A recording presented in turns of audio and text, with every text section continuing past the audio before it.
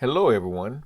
In today's video, I'm going to show you how I installed a shower stall in my converted horse trailer.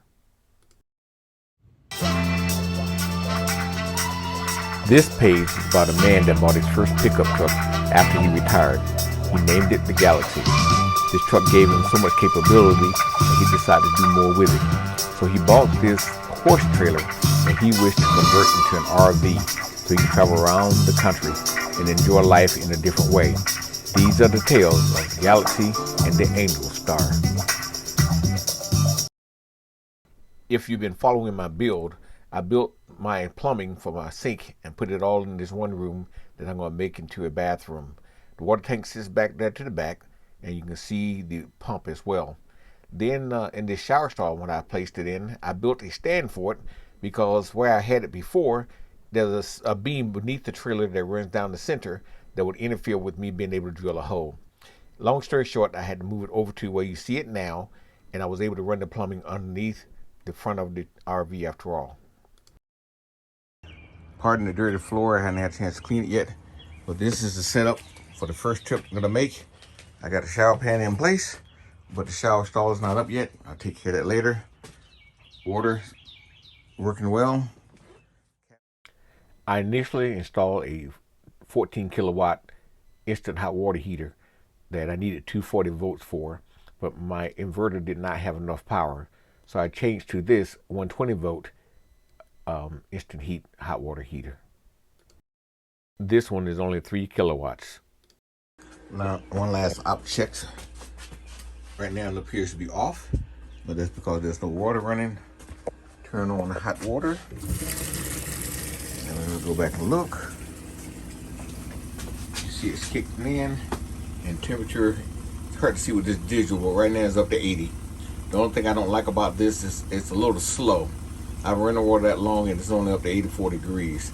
So I don't know how fast it'll get up to a higher, but it appears to me I would waste a lot of water before it gets really hot. But right now, at least it's working. So I disassembled the stand I made for the shower with 2x6s and used some of those 2x6s again with this new build that I'm doing now with 2x4s. These 2x4s, I built the walls separately so I can install it into the things later. So this is my first wall that I built. Then this is the second wall I built for the other side of my shower. I put these together and try to make them as strong as I can before I attach them to my base.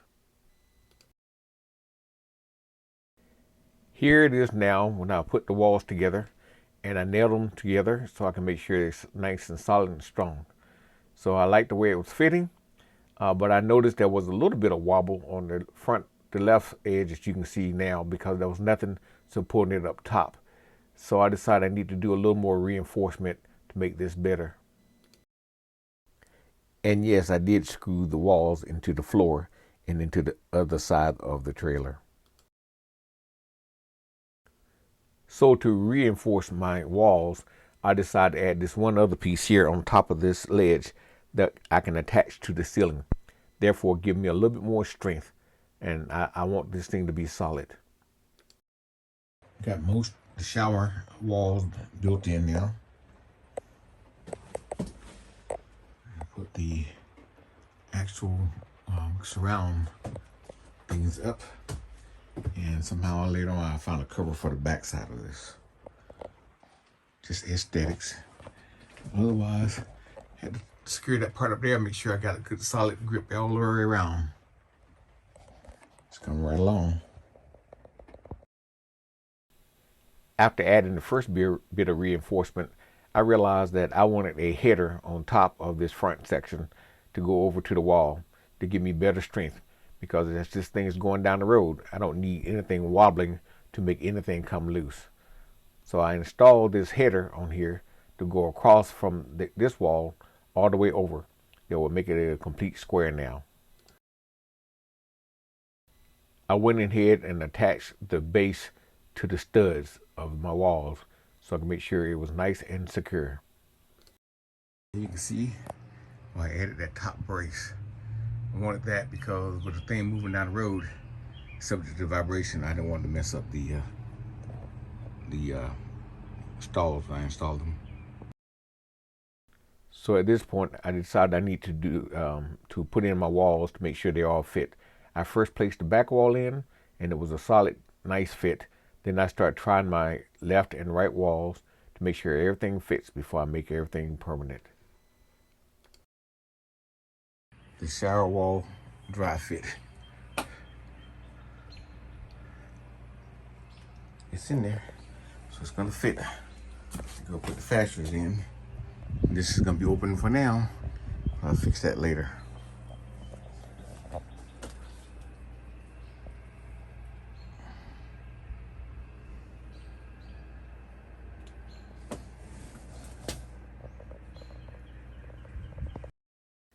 So once I made sure everything fit, I had to do a lot of measuring and remeasuring to figure out where I'm going to put the PEX piping through this left wall. It took me a minute to figure out how to do everything, but I finally got it to work right. Shower surround installed. All I got to do is add the shower head. It's nice and sturdy. That thing ain't moving at all. That's good. So all set for plumbing and adding the shower head, and everything else is in. Looks good. Here's the entrance, and you walk by the shower on the way into the main cabin. So I installed the original shower head I bought for this build, not realizing that the old way was not going to work. But I figured out a way to go ahead and use this. Now I attached it and ran the lines to it. Now I got it all hooked up. I'm going to hit the water pump for the first time. There it is, pumping up. Adding water to the system. I'll let you see in a minute. Here's to show you that it works. Turn on. Water. Shower. Rain's clear. And it does work. Water even start getting warm. So that's good. Another success. Moving on to the next project. Now that I have it all installed, I'll check later to see how efficient it is when it comes to water use, and then I can fix whatever quirks or issues I need to fix later on and press on forward with it. I'm going to caulk everything once I add my shower door. Thanks for watching.